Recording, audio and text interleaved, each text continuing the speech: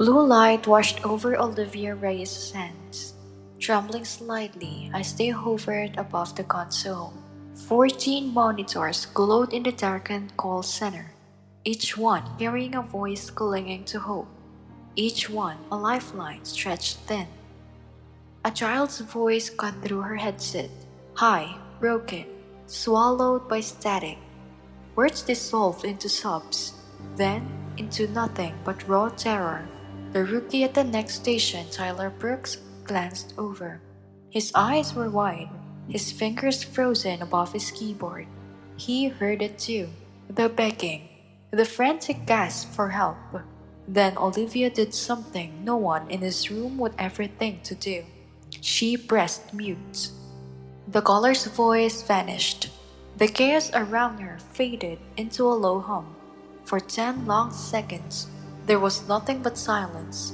Thick, suffocating, unnatural. Tyler's heart hammered in his ears. Olivia, what the hell are you doing? But she didn't answer. Her eyes were closed now, head tilted, listening, not to the call, but to something no one else could hear. The monitors flickered, phones kept ringing, lives hung in the balance, and Olivia Reyes had just broken one rule no dispatcher ever breaks. The question wasn't why, not yet. The question was, what did she hear in that silence? When was the last time you realized listening mattered more than speaking? Share it in the comments. 6 hours earlier, Olivia Reyes walked into Riverside County Dispatch like she had every Tuesday night for 12 years. Same buzzing fluorescents, same burnt coffee drifting from the break room. The kind of sameness that made emergencies feel predictable, at least until they weren't. She hung her jacket on the hook, poured her coffee, and slid into Station 7. Her console flickered to life. 3 monitors stacked with GPS maps, call queues, and a clock that would not stop ticking towards midnight. Evening, Liv. Marcus called from the supervisor's desk. Got a rookie for you tonight. Tyler Brooks was all sharp edges and nervous energy, fresh from the academy with a uniform that still looked pressed. He stuck out his hand like he was meeting a legend. I've heard a lot about you. Olivia shook it, smiling just enough to settle him. All good things, I hope. They say you're the best listener in the county. She gave a short laugh. Listening's the job, rookie. Everything else is just noise. For a while, the night felt like any other. Fender bender on the 91. Noise complaint on Maple. An old man who couldn't get up off his bathroom floor. Olivia handled each call with a calm that made chaos sound easy, talking Tyler through the protocols while keeping her own line open. What's your secret? Tyler asked during a lull. You never sound rattled. Olivia sipped her coffee, now cold. You want the truth? He nodded. People think this job's about talking, giving instructions, gathering info, dispatching units. But the real work, the life-saving part, that's in the listening. He frowned. Listening? To the words, and the silence between them. The breath they're trying to hide. The background noises that tell you what they don't. Most dispatchers hear calls. I hear stories.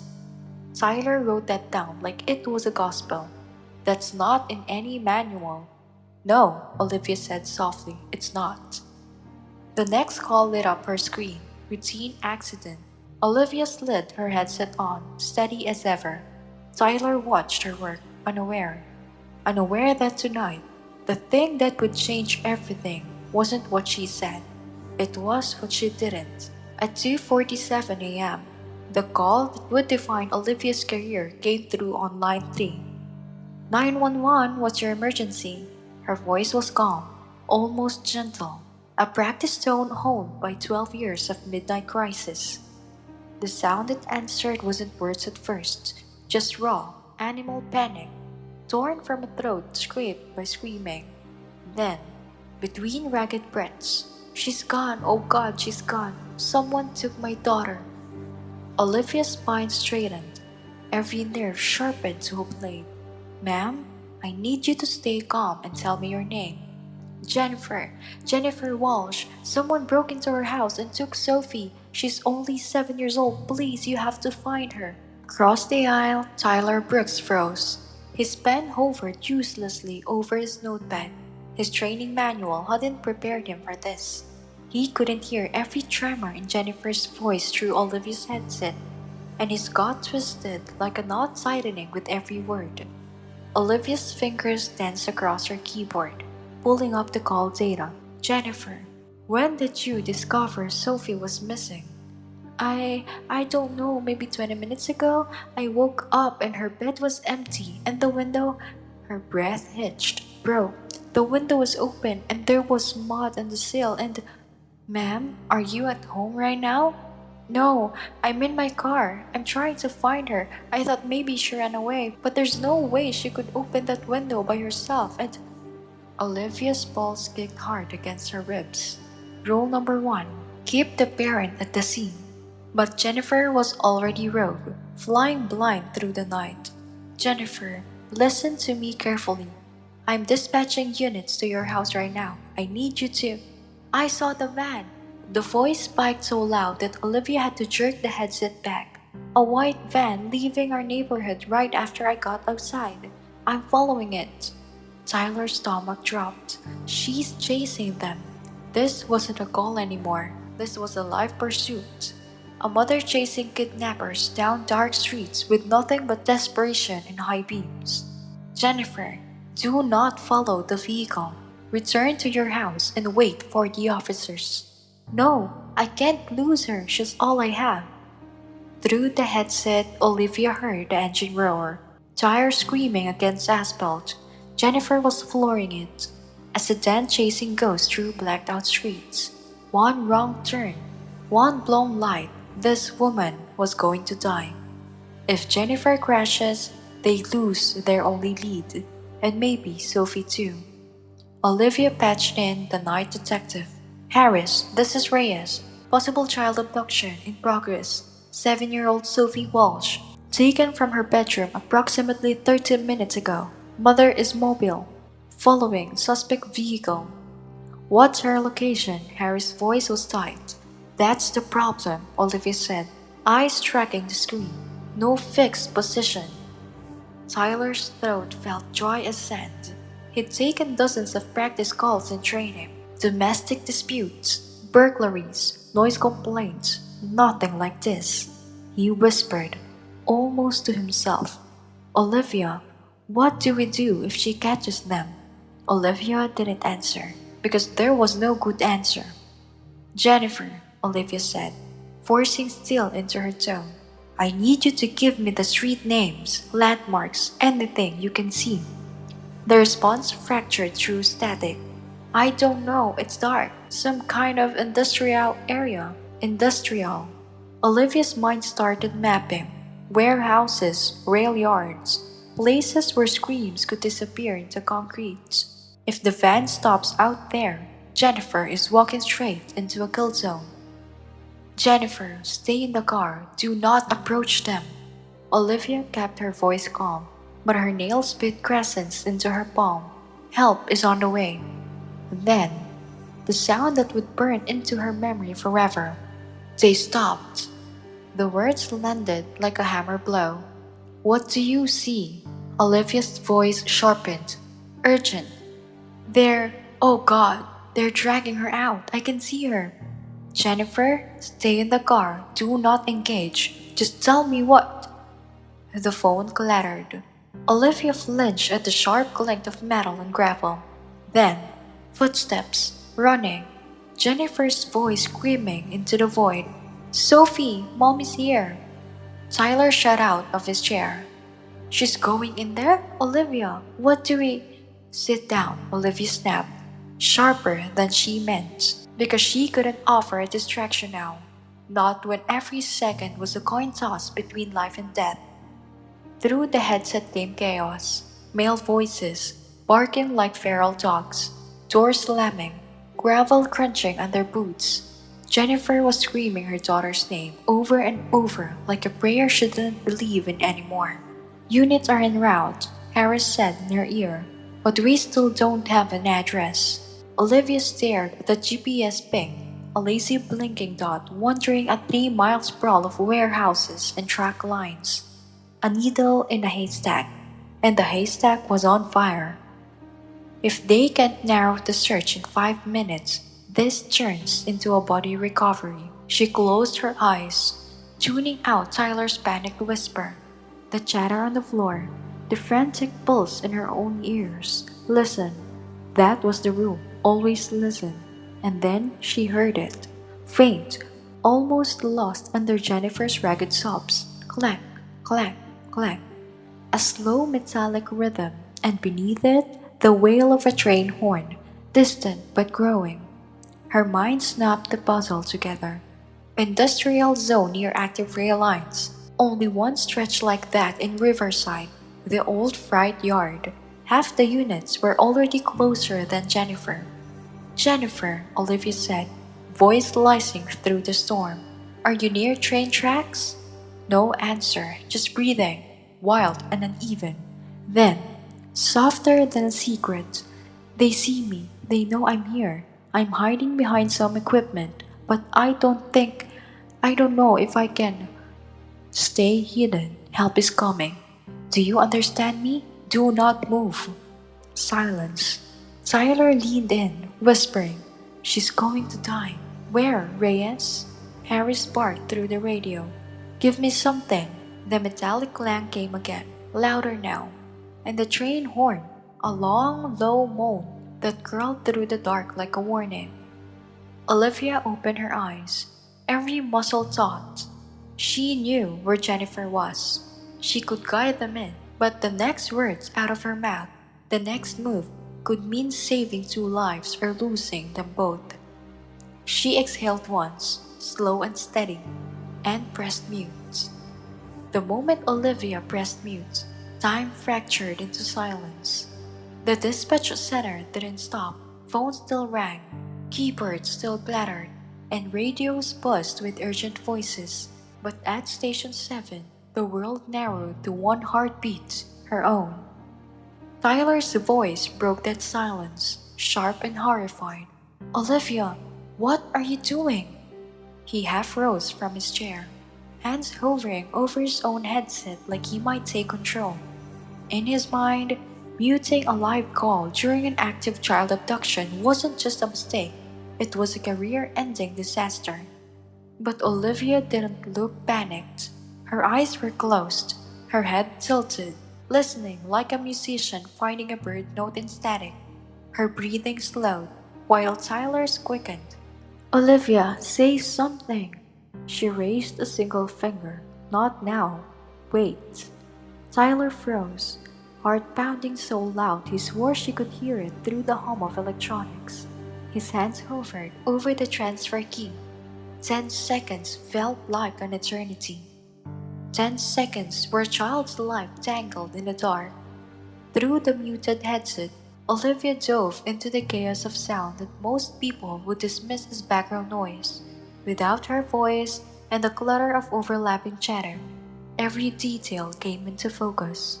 The clanging again, rhythmic, metallic, 8 seconds interval, steady like a clock, and then faint but undeniable. The deep moan of a train horn cutting through the night air. Not one horn, two. Her eyes snapped open. Tyler, she said, voice calm now, sharp with purpose. Pull up the rail map for Sector 7. He blinked, lost. What? Why? The call? Do it.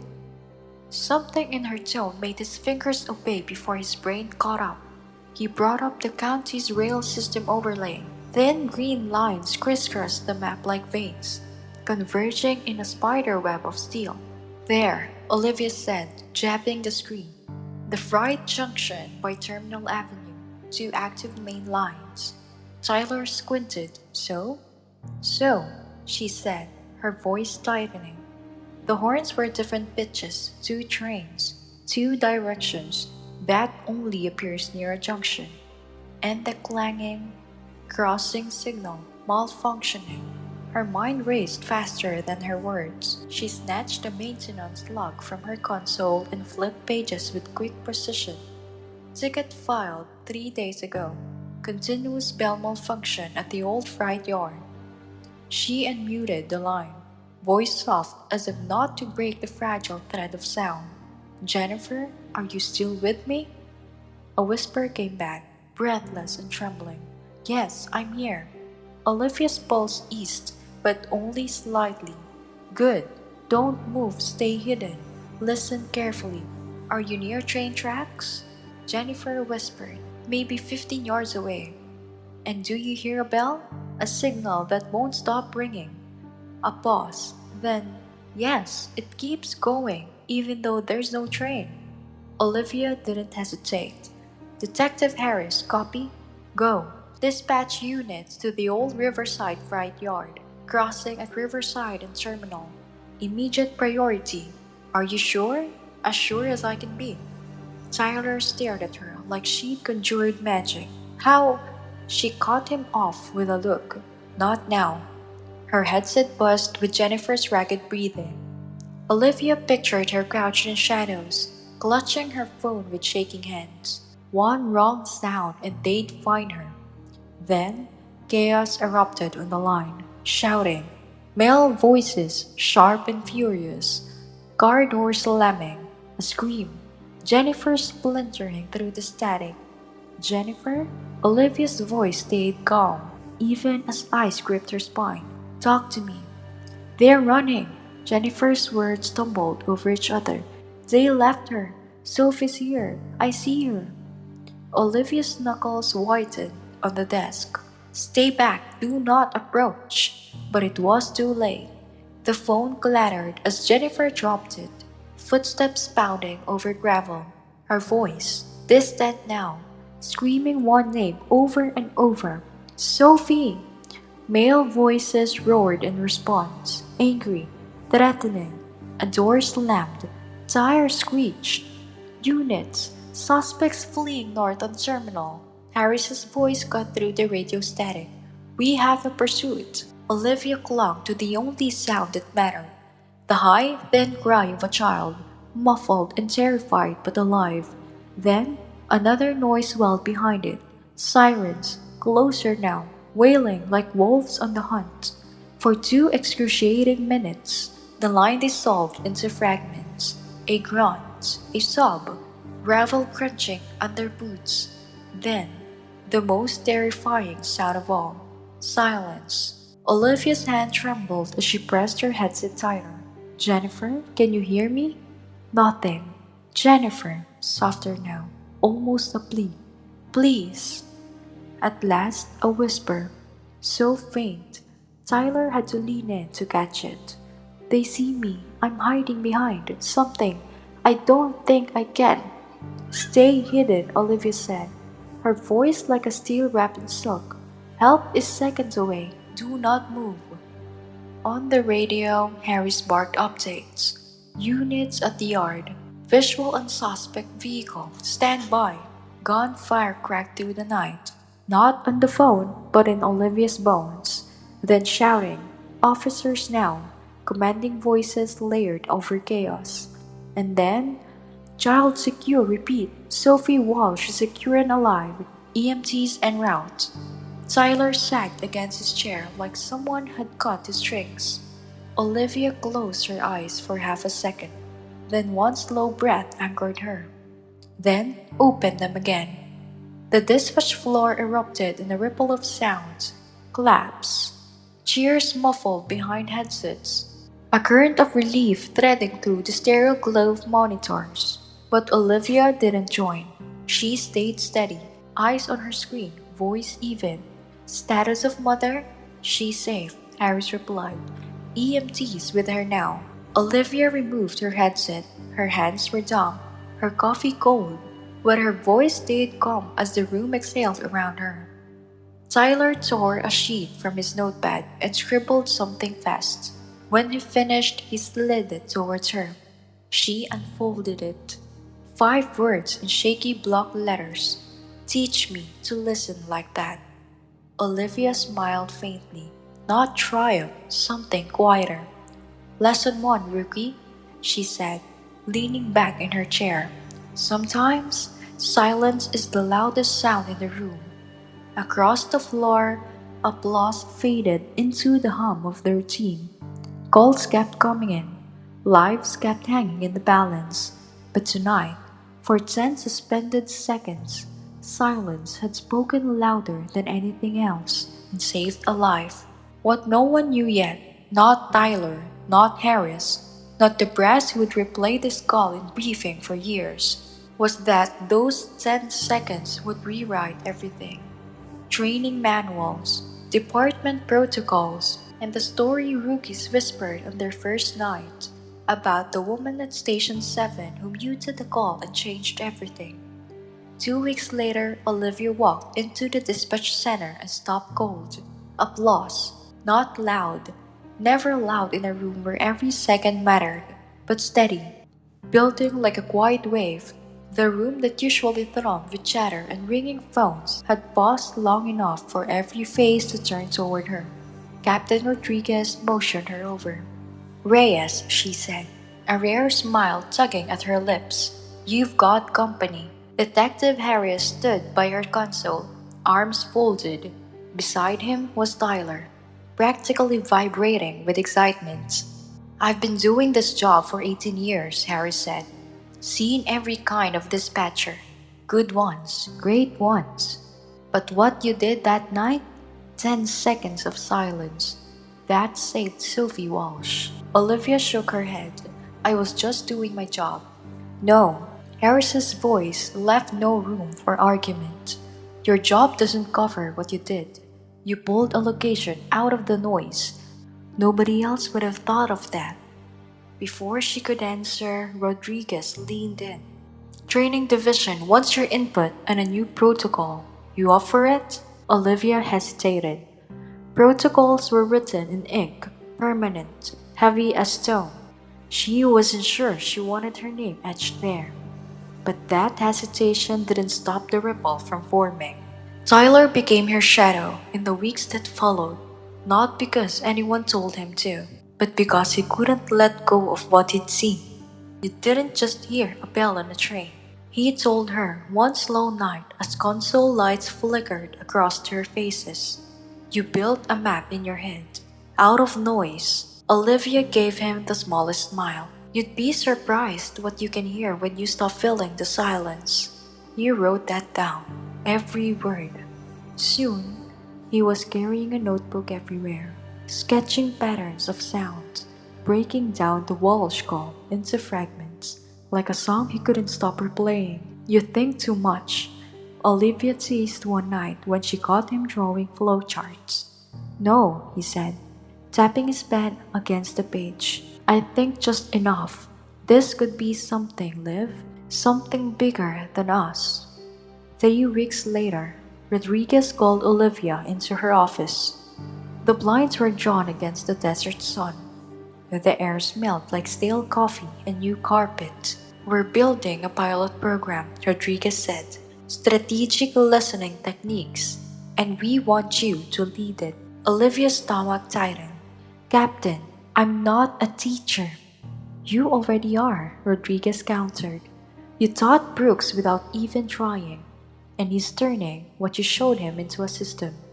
Olivia turned, and there was Tyler, standing in a corner with a laptop under his arm, eyes bright with the same rookie energy from his first night on the job.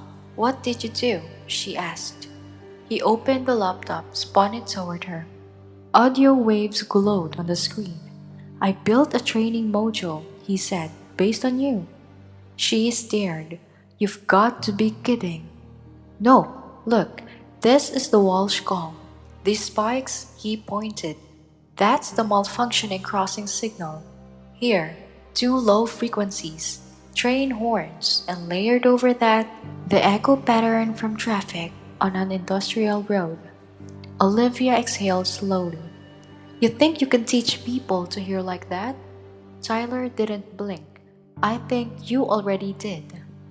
The first silence drill happened 2 months later. A dozen rookies sat in a darkened training room, headsets on, tasked with one thing: isolate the sounds that mattered from the chaos. Olivia watched through the observation glass, arms folded, saying nothing. She didn't feel pride exactly, something quieter, relief maybe, because now, when the next Sophie Walsh happened, someone else would be ready. The changes didn't stop there. Dispatch centers across the county adapted the protocol. Trainers called it the Olivia Method, though she hated the name. Tyler shortened it to the Silence Protocol, and that stuck. Still, Olivia kept her distance. She didn't want the spotlight. She wanted her console, her headset, and the steady rhythm of voices reaching out from the dark. But the world didn't let her hide. The story spread, first local news, then state conferences, then national ones. Every time Olivia turned down an interview, Tyler just smiled, like he knew this was bigger than both of them. He wasn't wrong. 6 months later, an envelope arrived, postmarked from Arizona. Inside, a photo of a young girl holding his mother's hand in a hospital parking lot. The note was short. They told me about you. They taught me how to listen. My daughter's alive because someone paused long enough to hear the train. Olivia sat with that letter for a long time. She thought about the ripples, the drills, the rookies, the dispatchers in another state closing their eyes and trusting the silence. One decision, 10 seconds, and now life should never touch except through an echo. Late one night, Tyler found her in the break room, staring at the letter. You okay? He asked. Olivia folded the paper carefully. Yeah. He leaned against the corner. You know this isn't just a story anymore, right? It's a movement. She gave him a look, tired but warm. Just don't make a movie out of it. Tyler grinned. Too late, I already sold the rights. She laughed, and the sound startled them both. By the end of the year, the Silence Protocol was standard training in 4 states.